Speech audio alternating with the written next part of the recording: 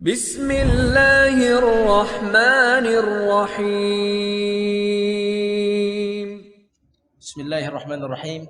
Assalamualaikum warahmatullahi wabarakatuh. Alhamdulillahi rabbil alamin.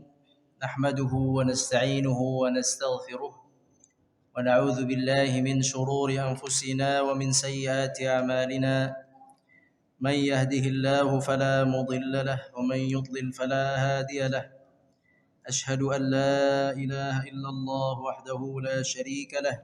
وأشهد أن محمدا عبده ورسوله لا نبي بعده اللهم صل وسلم وبارك على نبينا محمد وعلى آله وصحبه أجمعين سبحانك ربنا لا علم لنا إلا ما علمتنا إنك أنت العليم الحكيم kaum muslimin yang dirahmati Allah Subhanahu wa taala, jamaah masjid salat maghrib Jami' At-Thaibah yang dirahmati Allah Subhanahu wa taala.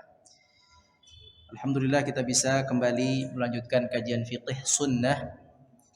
Pada saat ini adalah pertemuan terakhir sebelum Ramadan.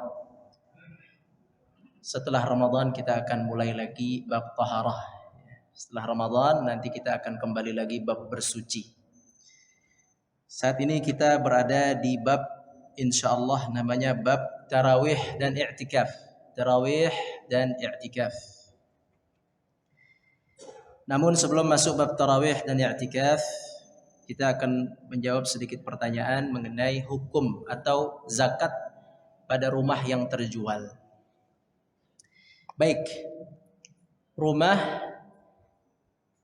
jika dijadikan objek atau komoditi jual beli, seperti misalnya perumahan klaster, misalnya Pak RT punya klaster ya. Amin. Klaster Qaryah Thaibah 2. Dijual rumahnya, maka setiap rumah itu dihitung kena zakat, baik laku atau belum laku. Baik laku atau belum laku, karena rumahnya adalah komoditi jual beli. Begitu juga tanah, begitu juga mobil. Kalau sewa tidak zakat. Yang kena zakat kalau dia dijadikan benda jual beli. Sekarang Anda punya rumah, misalnya ada 3 besar-besar, Pondok Indah 1 misal. Kalau punya rumah di sana buat apa pula? Bayar pajaknya mahal. Misalnya yang di sana kemahalan mau dijual, terjual misalnya 20 M misal. Nah, ketika terjual 20 M, apakah ada zakatnya? Pertanyaannya itu. Jawabannya tidak ada zakat pada barang yang dijual bukan untuk penjual belian. Rumah itu bukan Anda jual belikan, tapi berlebih, tidak terpakai, mau dijual. Ntar 20 M gantilah buat bikin yang lain, gitu ya. Kita jual. Jadi 20 M masuk semua ke dalam kas, masuk ke kas. Semuanya masuk ke dalam peti, masuk semua. Kapan dizakati? Diikutkan dengan uang tabungan yang ada. Tabungannya misalnya 10 juta. Jual rumah 20 M. Wah, digabung itu 20 M 10 juta. Tunggu Ramadan ya. Ramadan ini paling gampang lah kita zakat di Sya'ban Ramadan. Tunggu Ramadan, dihitung di Ramadan 20 M 10 juta. Kena zakat. Baru itu namanya zakat. Namanya zakat mal. Jadi tidak ada zakat penjualan tanah, tidak ada zakat penjualan rumah, tidak ada zakat penjualan apartemen. Kecuali memang itu rumah, apartemen, tanah dijual belikan dari awal. Mafhum? Soalnya banyak banget orang jual tanah, zakat, jual tanah. Zakat apaan Pak? Zakat jual tanah, nggak ada zakatnya. Kok ya? Emang nggak ada. Ya emang nggak ada. Baik, Bismillahirrahmanirrahim. Sekarang kita bahas salat tarawih. Salatut tarawih adalah salat yang dilakukan di malam-malam bulan Ramadan. Perhatikan, ada namanya qiyamul lail. Apa namanya? Qiyam lail. Dalam surat Al-Muzammil Allah Subhanahu wa taala berfirman, A'udzu billahi minasyaitonir rajim. Bismillahirrahmanirrahim. Ya ayyuhal muzammil qumil laila illa qalila. Qumil laila. Bangun malam. Kalau kita bangun malam maka kita menghidupkan malam. Qumil lail illa qalila. Nisfahu aw inqus minhu qalila. Setengahnya atau sepertiganya atau lebih atau kurang dari situ.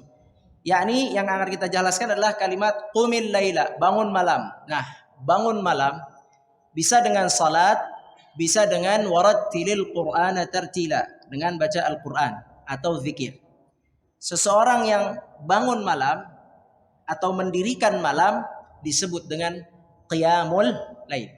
Waktunya ba'dal isya sampai subuh. Ba'dal isya sampai subuh. Subuh fajar yani, azan subuh. Nah, kalau kita salat ba'dal isya, nama salatnya qiyamul lail.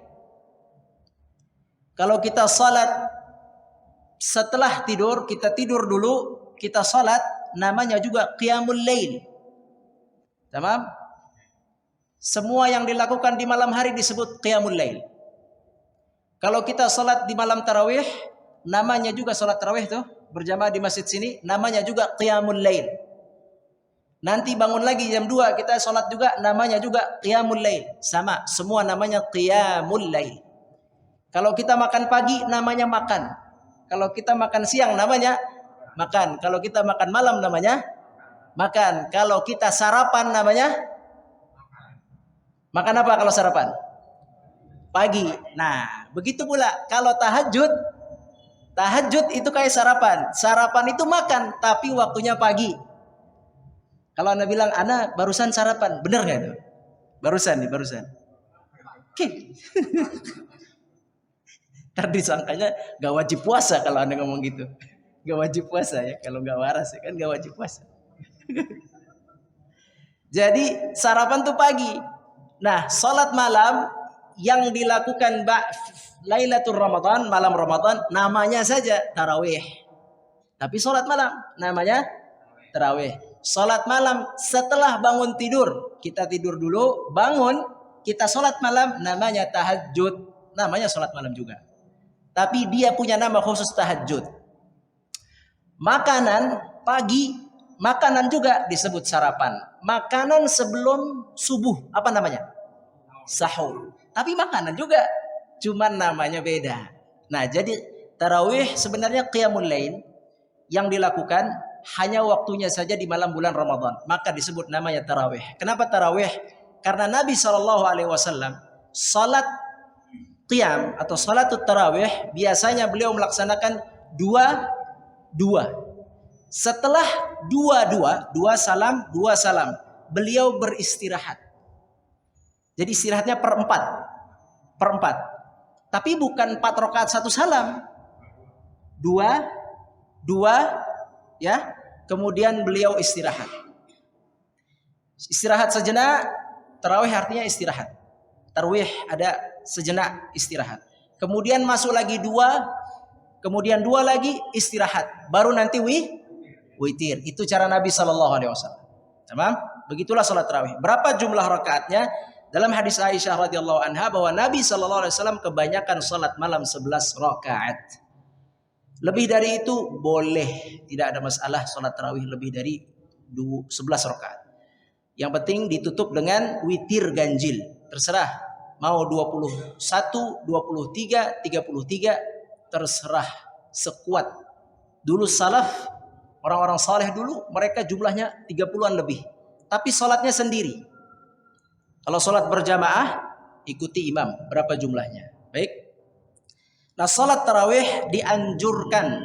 Sunnahnya dianjurkannya 2 cara. Pertama, cara jamaah. Cara jamaah, seperti yang kita lakukan. Yang kedua, cara infirad, cara sendiri. Jadi dua-duanya boleh. Yang mana yang lebih utama tergantung kitanya. Nih anak kasih cerita.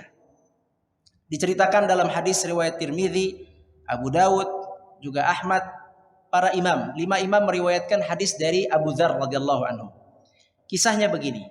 Nabi SAW di malam terakhir atau di malam-malam Ramadan, Nabi Shallallahu Alaihi Wasallam salat tidak keluar.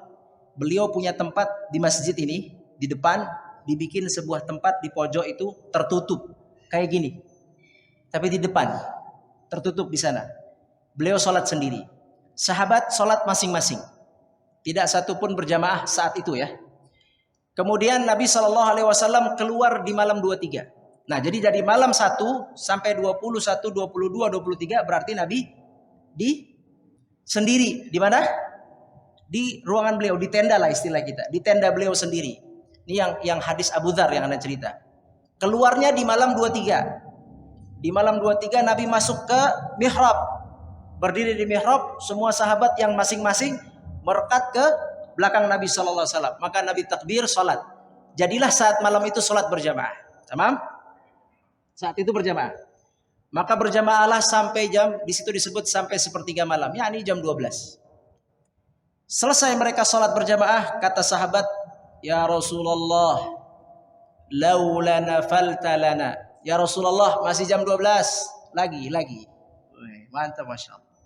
Kata Nabi Sallallahu Alaihi Wasallam, "Man shalla ma'al imam hatta yansarif, kutiba lahu salatul laili kulli." Barang siapa yang salat bersama imam sampai salam, assalamualaikum, assalamualaikum, dapat pahala full, seolah-olah salat sepanjang malam. Syaratnya ikut salam dengan imam. Itu hadis itu keluar sebab sahabat minta tambah rakaatnya. Ya, bukan karena sahabat ingin gampang, sahabat ingin nambah waktu itu. Rasul nambah lagi sampai jam 1, jam 2. Kata Rasulullah, cukup.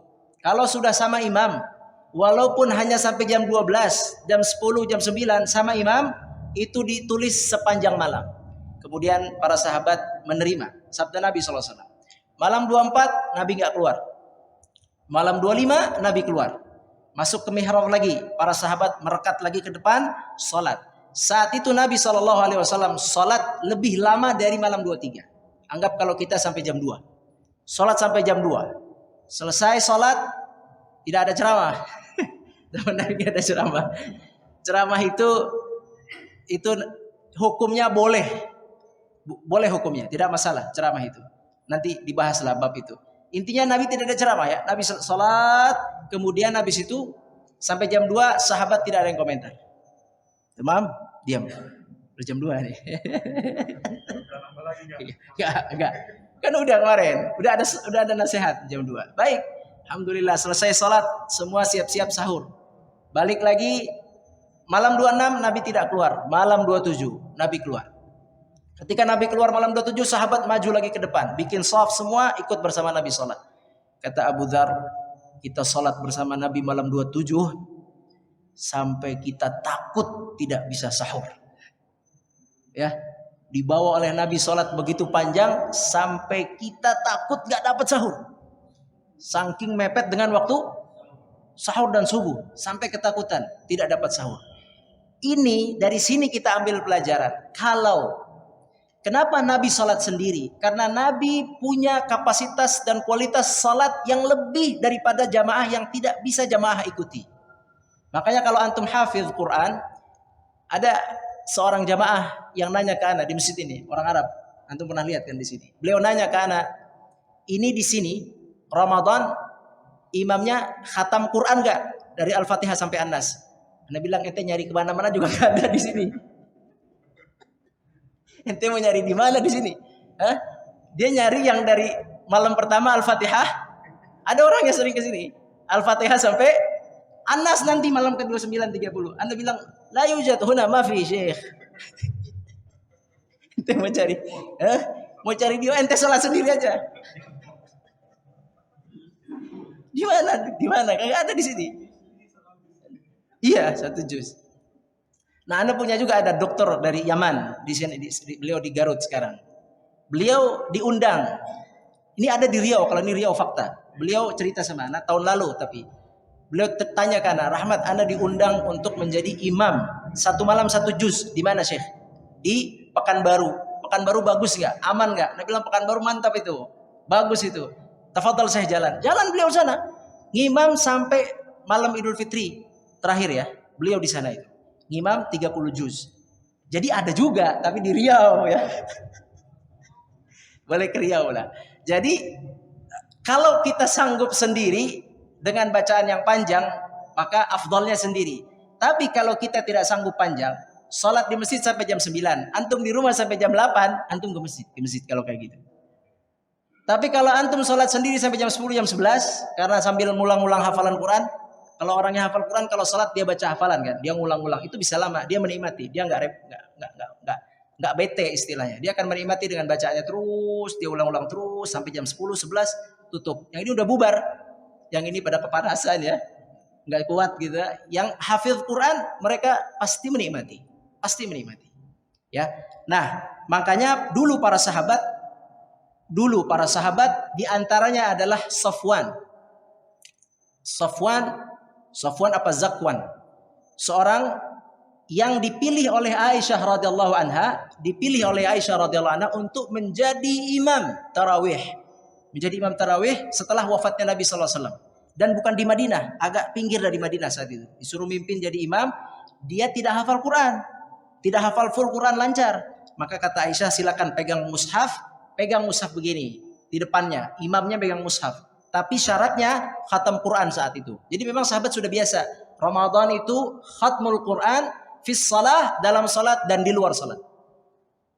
Kalau kita sudah biasa di luar salat ya, kita biasa khatam Quran di luar salat. Nah, kalau mereka orang-orang dulu dan sampai saat ini masjid-masjid yang kuat-kuat ya, itu mereka akan khatam Quran fis salah, dalam salat. Makanya tadi orang Arab itu nanya, itu dia nanya beneran. Karena kebiasaan mungkin negeri dia nyari yang khatmul Quran. Ya kalau di sini nggak mungkin, di pesantren-pesantren mungkin. Itulah sholat tarawih. Jumlahnya 11. Antara sholat tidak ada bacaan apa-apa. Cuman kalau ada bacaan apa-apa, hukumnya boleh-boleh saja. Tapi yang sunnah tidak ada bacaan apa-apa. Yang sesuai dengan Nabi tidak ada bacaan apa-apa. Kalau ada bacaan apa-apa, tafadhol. Baik, itu masalah salatut tarawih. Tidak ada salatut tarawih rahimakumullah, itu nggak ada itu. Sebenarnya nggak ada, ya, nggak ada, itu nggak ada. Di sholat tarawih, assalamualaikum, istirahat, berdiri. Cuman memang ya, yang namanya kebiasaan itu pelan-pelan, susah memang. Jadi kalau antum ilangin, nanti yang komen jamaahnya. Tapi ana sampaikan, secara hukum memang tidak ada. Anjuran Nabi memang tidak ada. Sekarang boleh atau tidak? Boleh-boleh saja. Cuman kalau ditanya mana yang lebih dekat kepada kebenaran, yang lebih dekat kepada yang diajarkan Nabi dan dilaksanakan oleh masjid-masjid besar di luar negeri tentunya, bukan di dalam negeri, itu tidak menggunakan apa-apa antara sholat. Di masjid sini sudah ada yang tidak membaca apa-apa. Al-Ikhwan Muruya sana, Al-Ikhwan Esa Unggul. Sini juga enggak nih, Al-Furqan. Setahu anak enggak. Aries tidak. Sini masih kita. Gak apa-apa, terserah ketuanya aja. Baik, selanjutnya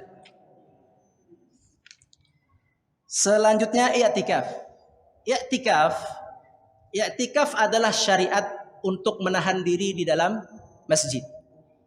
Masjidnya masjid jami'. Maksudnya masjid jami' apa? Masjid jami' itu adalah masjid yang dipakai untuk salat jamaah 5 waktu. Masjid jami adalah salat jamaah 5 waktu. Ada jami yang kecil dipakai 5 waktu, ada jami yang besar dipakai 5 waktu dan Jumat. Dianjurkan kita i'tikaf di masjid-masjid. Lebih afdal di masjid yang ada salat Jumat. Gimana? Lebih afdal yang masjid salat Jumat seperti ini. Sebab apa? Ketika kita menahan diri di masjid, datang waktu Jumat, kita tinggal salat di masjid itu. Tapi kalau kita i'tikaf di masjid yang tidak ada sholat Jumat, misalnya di musola mana yang tidak ada sholat Jumat, musola itu disebut masjid. Musola-musola yang ada di sekitar kita, namanya masjid juga mereka. Masjid didirikan sholat 5 waktu, hanya saja tidak ada sholat Jumat. Boleh nggak i'tikaf di musola-musola itu? Hukumnya boleh, tidak masalah. Tetapi masalahnya ketika i'tikaf di sana, waktu Jumat datang, dia harus keluar, cari masjid lagi. Maka sebaiknya untuk i'tikaflah di masjid jami'.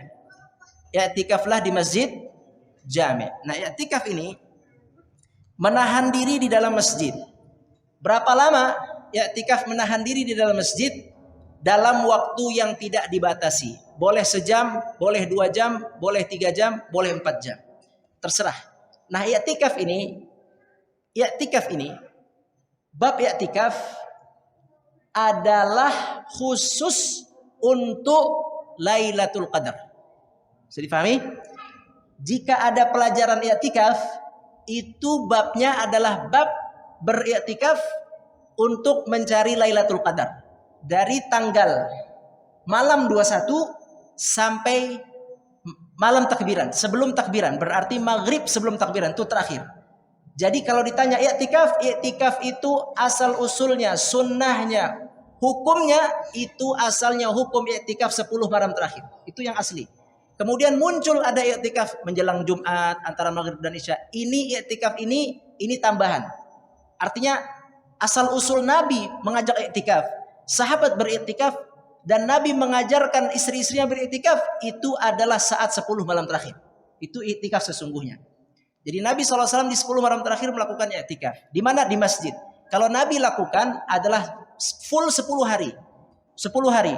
Dari mulai malam 21, terus 22, 23, terus sampai hari ke-29. Malam takbiran selesai. Iktikaf Nabi SAW. Nah, i'tikaf apakah harus full 10 hari atau 9 hari atau bagaimana? I'tikaf tidak harus full. Boleh kita mengambil siang dan malam, boleh kita mengambil malam saja, semalaman dari ba'dal isya sampai subuh, boleh kita ambil beberapa jam saja di malam hari untuk i'tikaf. Tujuan i'tikaf sekali lagi adalah mencari Lailatul Qadar. Mencari Lailatul Qadar, itu tujuan i'tikaf. Bagaimana caranya? Datang ke masjid. Kalau yang mau menginap tadi masuk, silahkan ambil posisi. Dibolehkan di dalam Islam untuk i'tikaf membawa peralatan tidur di masjid, dibolehkan. Sebagaimana Nabi SAW, beliau beriktikaf di tenda. Istri-istri beliau juga i'tikaf di tenda. Awalnya yang i'tikaf Aisyah. Nabi iktikaf di depan, Aisyah bikin tenda agak belakang. Istri yang lain ngelihat Aisyah ngapain di situ, radhiyallahu anha iktikaf. Yang lain datang, Hafsah datang, Maryah datang, semuanya datang, satu persatu datang. Kemudian kata Nabi, ini kenapa banyak tenda? Kemudian kata sahabat, ini istri-istrimu ya Rasulullah. Kata Nabi, hancurkan semua. Dihancurkan semua, kata Nabi, ini udah nggak ikhlas, niatnya udah nggak ikhlas, berebutan ingin dekat dengan saya, kata Nabi. Jadi bukan nggak boleh, itu bukan nggak boleh, itu Nabi itu untuk istrinya yang dihancurin, untuk sahabat tidak, untuk istrinya.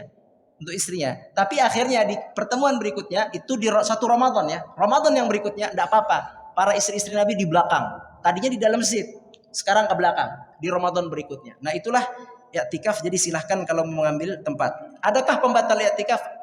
I'tikaf keluar belanja, cari makan, mandi tidak masalah. Tidak masalah. Keluar masjid tidak masalah. Ke rumah mandi, cari makan tidak batal. Lanjut lagi masuk masjid. Yang membuat batal i'tikaf pulang ke rumah malam, hubungan dengan istri, batal i'tikaf. Pun batal i'tikaf bukan berarti pahalanya hilang. Bukan. Kita masuk lagi niat baru. Maksudnya begitu. Niat baru nyambung i'tikaf yang tadi. Tapi kalau kita hanya keluar sebentar cari makan atau mandi, atau ke rumah sebentar buka puasa balik lagi, tidak perlu niat ulang. Masuk aja, tidur lagi di masjid, ibadah seharian itu i'tikaf. Bagi yang ingin i'tikaf. Anda kira itu mengenai i'tikaf. Wallahu alam, silakan jika ada yang ingin ditanyakan. Oke, Bapak yang mau bertanya. Oke, satu. Ada lagi sebelah kiri. Yang sekalian pertanyaan Pak, langsung dirapel nanti pusat jawabannya. Ya, boleh. Oke. Mana? Nggak ada ya? Ya, silakan. Assalamualaikum. Oh. Waalaikumsalam warahmatullahi wabarakatuh. Nah.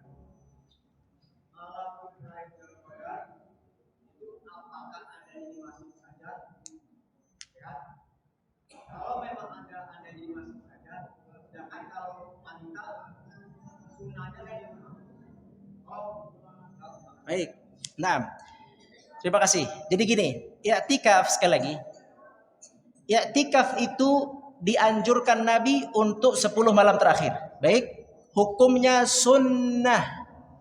Untuk apa? Untuk lebih khusyuk, lebih fokus ibadah di malam ketika saat itu Allah takdirkan Lailatul Qadar. Jadi Lailatul Qadar itu sebenarnya tidak terbatas di masjid, tidak. Antum di rumah, jalan di perjalanan, berdoa di malam itu, ibadah di malam itu. Jika malam itu Lailatul Qadar, maka terlipat gandakan 1000 bulan. Ya, tapi kenapa masjid? Pertama, Nabi SAW mengajarkan. Karena beliau ketika Lailatul Qadar berada di masjid, pasti berada di masjid. Terus kenapa harus di masjid? Karena di masjid tadi akan menambah kekhusyuan, akan lebih serius.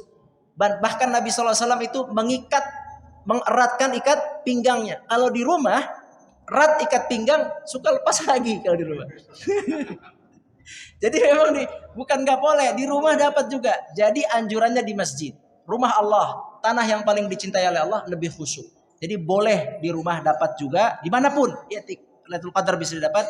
Tapi kalau mau ikutin cara Nabi Sunnah, ke masjid. Nah, wallahu a'lam. Oke, jelas Pak? Oke, satu lagi ya. Nah. Oke, sebelum yang lain ya. Satu lagi sebentar.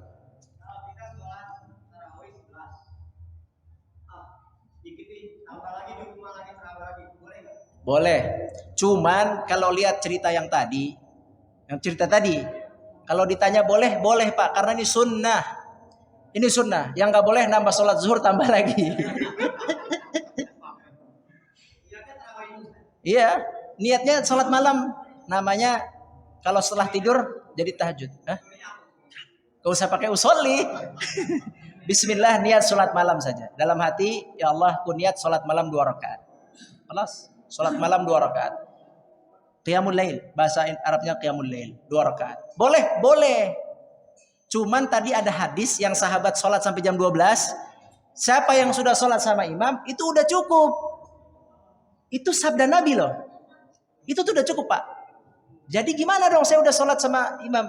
Gimana mau sholat lagi di rumah? Ganti aja dengan zikir-zikir yang lain, baca Quran. Nggak enak mau sholat lagi. Nggak apa-apa. Silahkan. Jadi nggak apa-apa Pak. Boleh nambah berapa seri lagi? Iya boleh. Allah. Oke, Pak RT silakan. Sebelah kiri mungkin ada nggak? Sebelah kiri. Bapak ada pertanyaan? Belum ya? Oke, silakan Pak RT. Sikat ya. Salam Pak RT. Salam warahmatullahi wabarakatuh. Di jam yang benar yang mana ini? Ini dahsyatnya Lailatul Qadar nih. Allahu Akbar. Allah ini kan kasih momen